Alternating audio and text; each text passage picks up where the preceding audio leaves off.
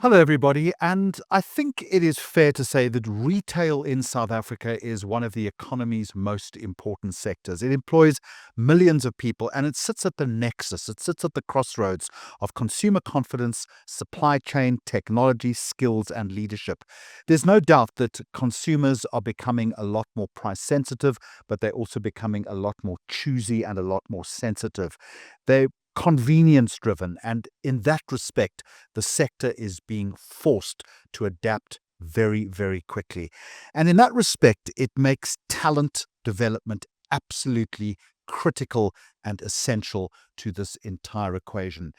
And the launch of the School of Retail Management and Leadership here at Regenesis really does matter because it positions retail as a serious profession, one that will be and has to be taken seriously.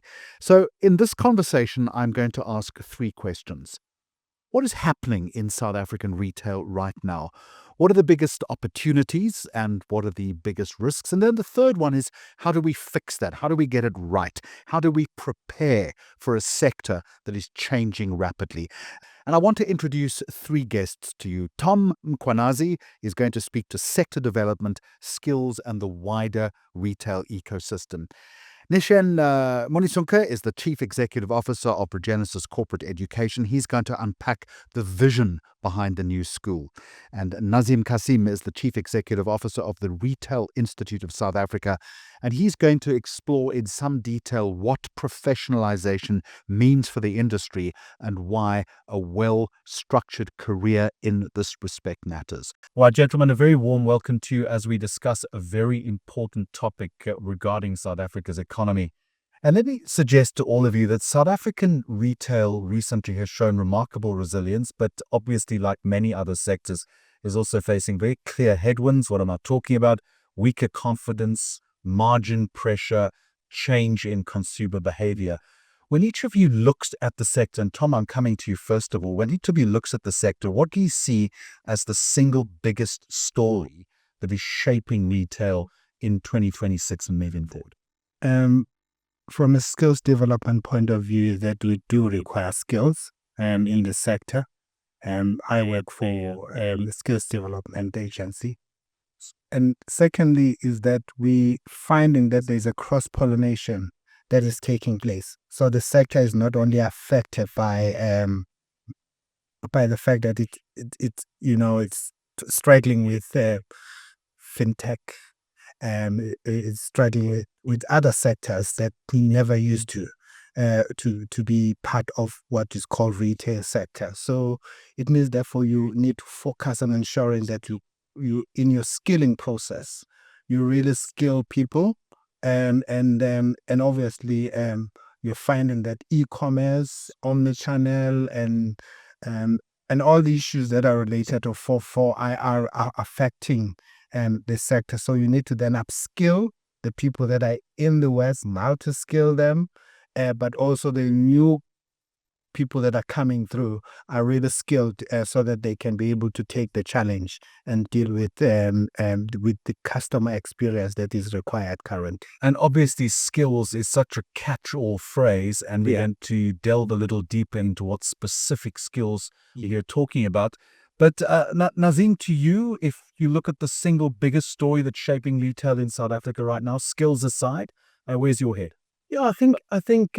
Thanks, Jeremy. I mean, I think if we look at South African retail landscape today, it's really undergoing quite a bit of a metamorphosis. You're seeing, strong performers, and you see weak performers, and you're seeing this middle chunk that's just not sure where it's going. And without naming some of the retailers, we know what's happening in the industry. There's tons of restructuring. There's a lot of cost cutting going on.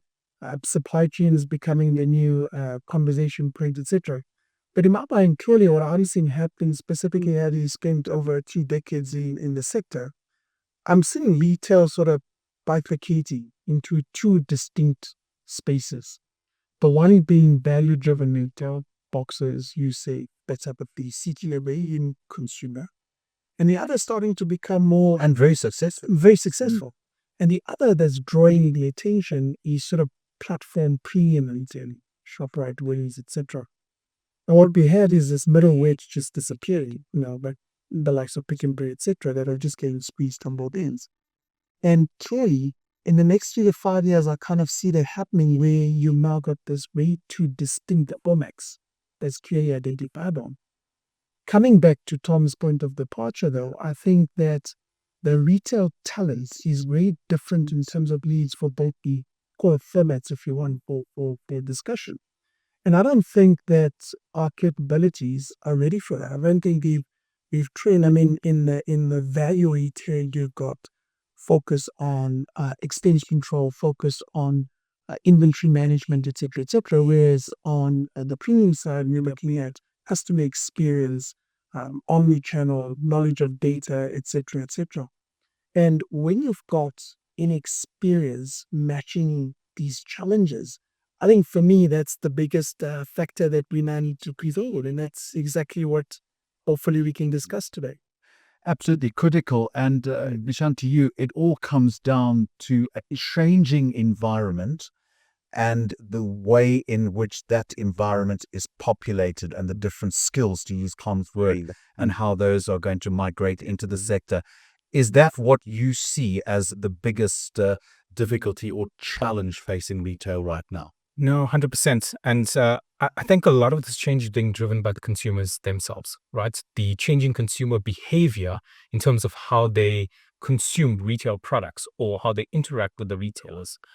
That's changing the way. If in fact they're going into the physical bricks and mortar store, right? 100%. And the point to get to is that behavior is now changing how organizations have to operate. So it means organizational structural changes. It means how they interact with the consumer in terms of the different channels that they actually work through. What are the skills and the capabilities that are now required for these new business models?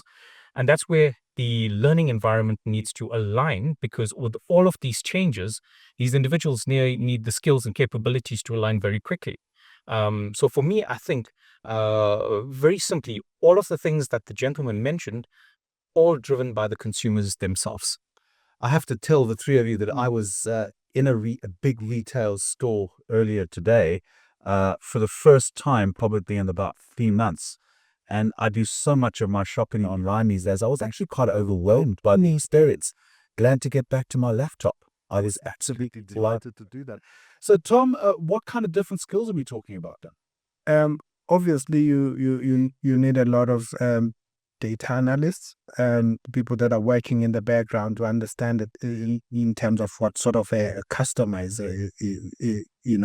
what sort of the customer needs are. And you need a lot of what I would call a supply chain. Okay, the movement of stuff that, like you've indicated, you've not been to a shop. So the supply chain issues are really big. So because a lot of stuff is now moving into warehouses and then to a real shop. Okay, but you still need a shop. A run of the mill shop. So sales entrepreneurship is also a big one. I think Nazim made a point about the fact that when you are Pick and Pay in particular, when I spoke to Garrett Ackerman, he said, I need entrepreneurs. I need people that are running shops as if it's theirs. Okay, so those are sort of skills that you also need.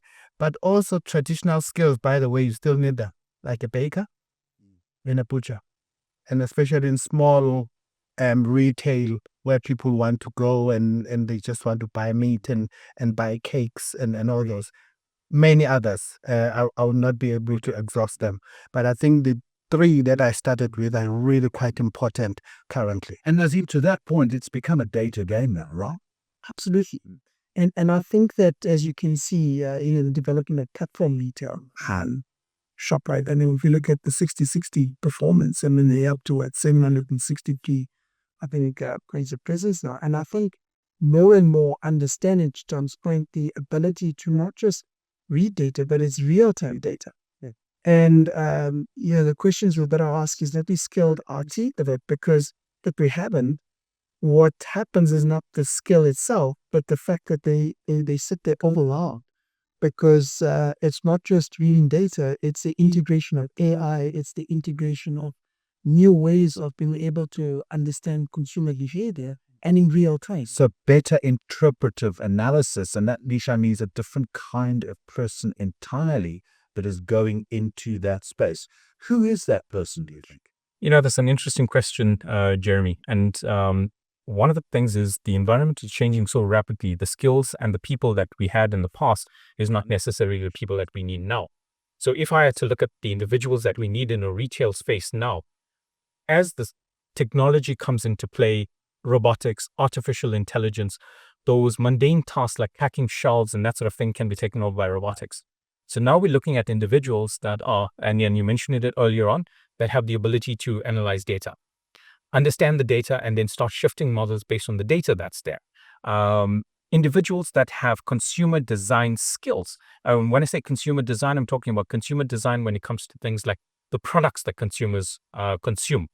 The way these products are channeled to those consumers, right? So it now has become kind of a skill and a capability where you really have to understand your customer, right? Understanding consumer purchasing behavior. So the huge psychology that sits behind that now comes into play. So leaders of these retail industries have to have a deep sense of what the consumer is all about. And then from understanding what the consumer is all about, to have the skills to reshape the organization and the agility. So we're now already starting to see a couple of things: understanding the customer, the psychology that sits behind that, psychology behind purchasing design, psychology behind store design and layout, organizational design, and then the ability to be able to read and analyze data and then make rapid decisions. Tom, this is overwhelming. We need psychologists and data analysts all wrapped into one. Do these people exist? Well, I think they do exist, but I think we need to shift. From just a long 3-year qualification. We need a shorter programs, and that are going to be able to assist those that are in the employ of the organization to deal with the challenges that are coming through. Programs that are adapt to it. Because what I'm hearing that's really say is that this changes almost hour by hour, right? Exactly. And then there's a talk now of micro-credentialing. And so this is why professionalizing the sector is very, very, very important, because that's this organization that will assist in ensuring that you look at what are the changes that are taking place. So what is that short program that is going to assist us to be able to deal with the challenge that we have?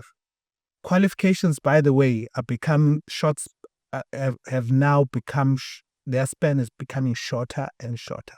So what I studied 20, 30 years ago is almost useless. Okay, so that's what we then need.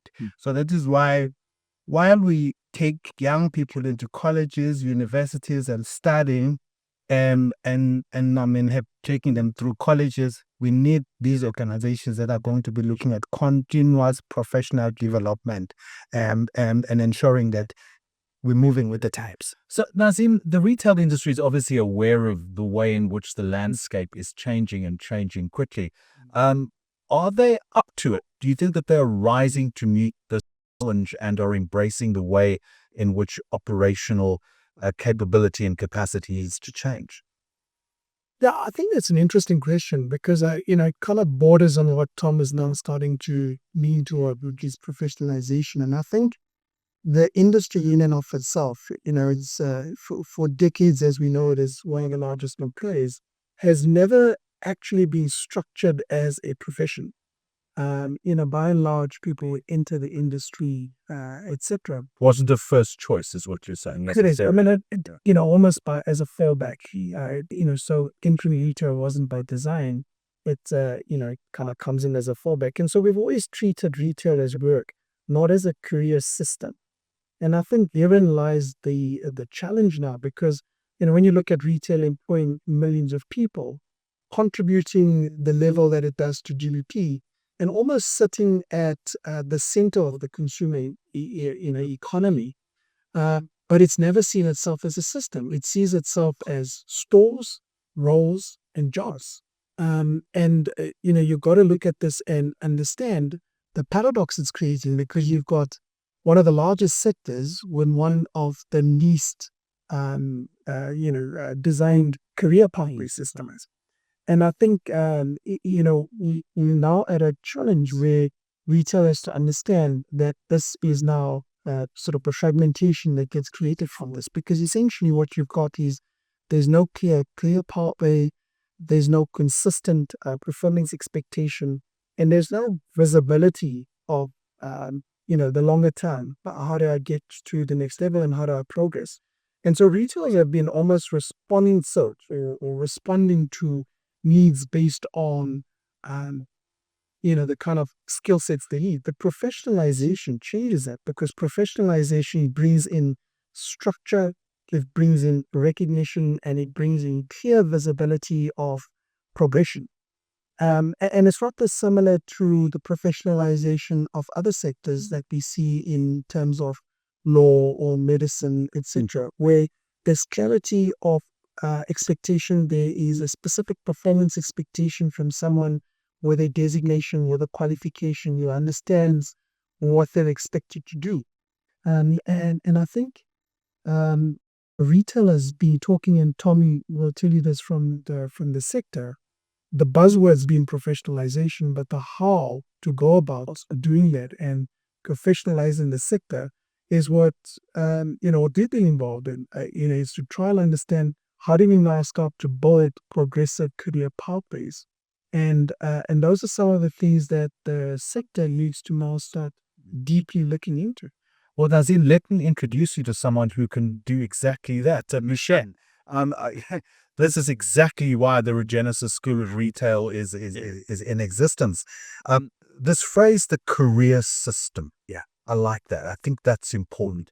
Explain to me the lock between what you're doing and addressing that need for the development of the career system. Thanks, Jeremy.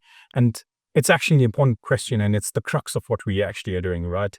When we talk about this career system or a career pathway, it's about giving individuals the sense from the beginning of their career that there is a path they can travel to go from a foundational level in an organization, here in the retail sector, all the way up to a director or executive director level, or even CEO of an organization. That's kind of the sense that's built into the pathway that we've created for them.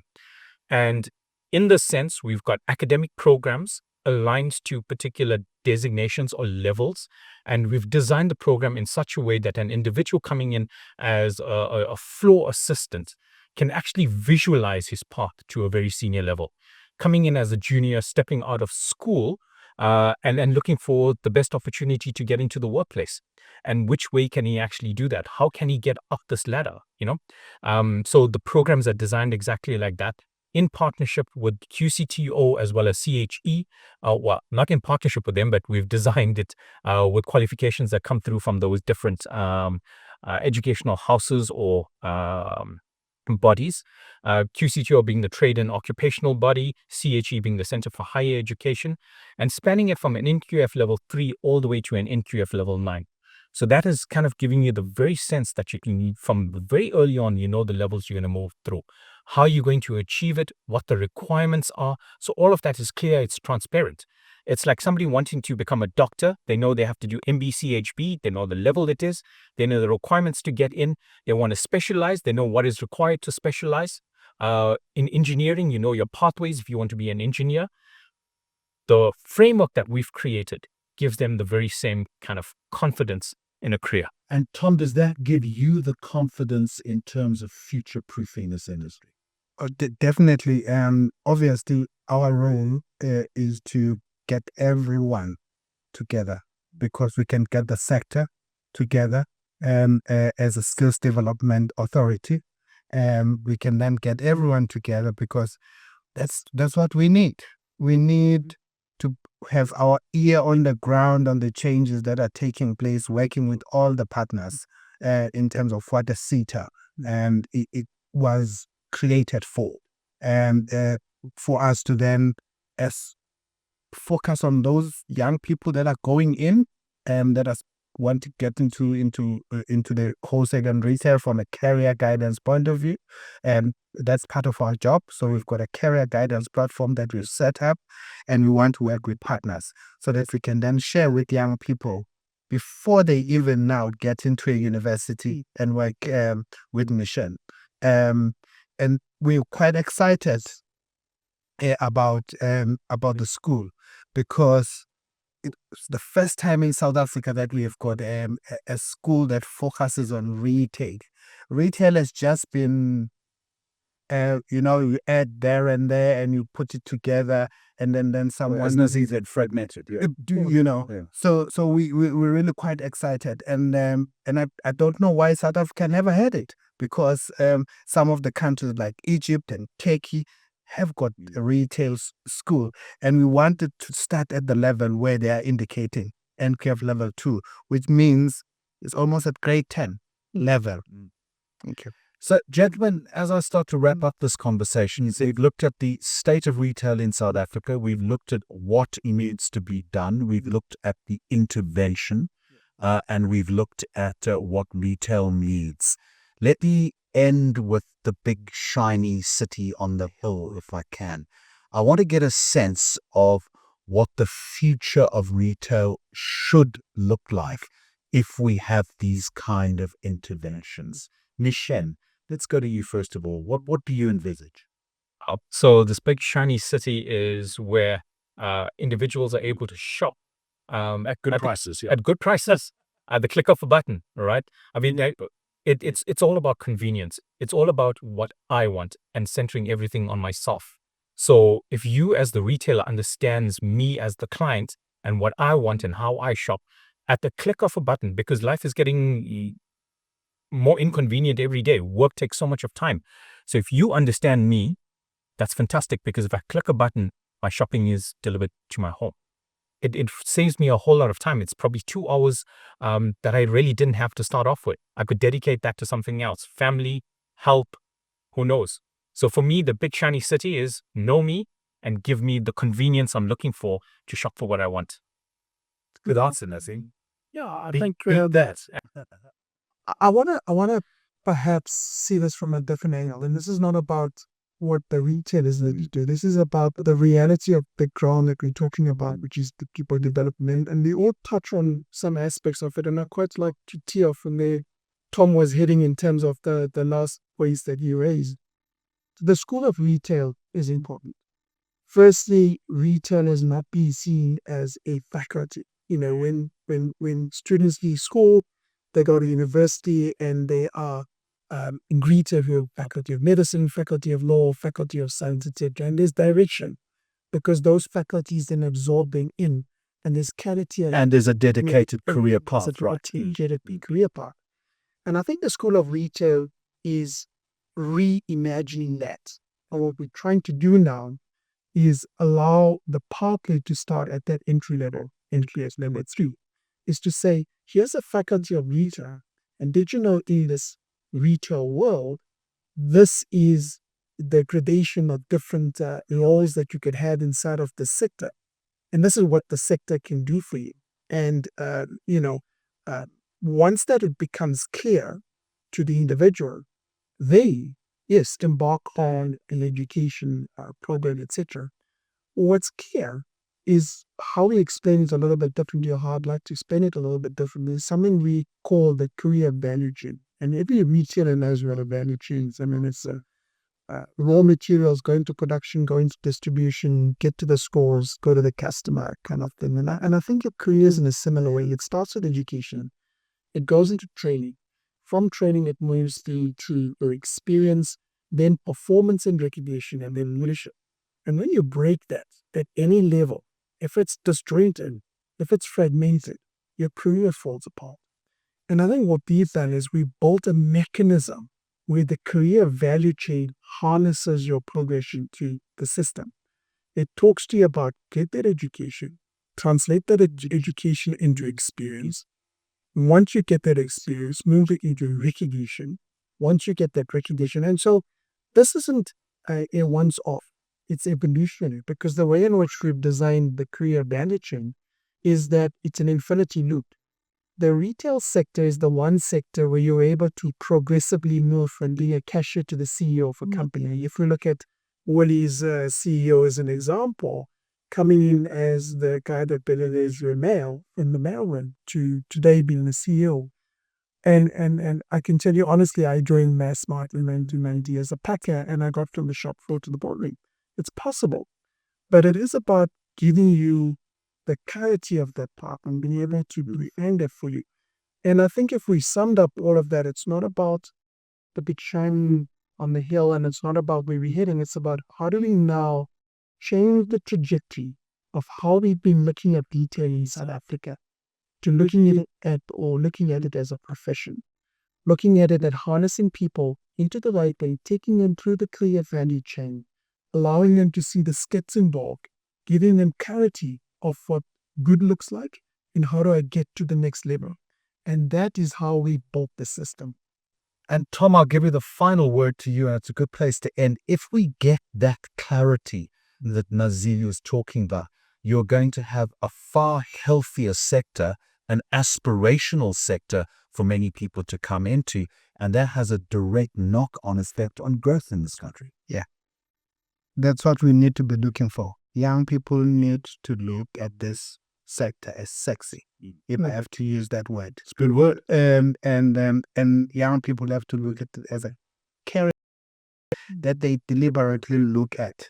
And I think with what is being put in place here, I can see us going to the right direction where young people deliberately at grade 10, they make a decision, this is the career that I'm moving towards. And I think all of us here in the room are all working towards that. Gentlemen, thank you very much. Yeah. Thank you. Thank you.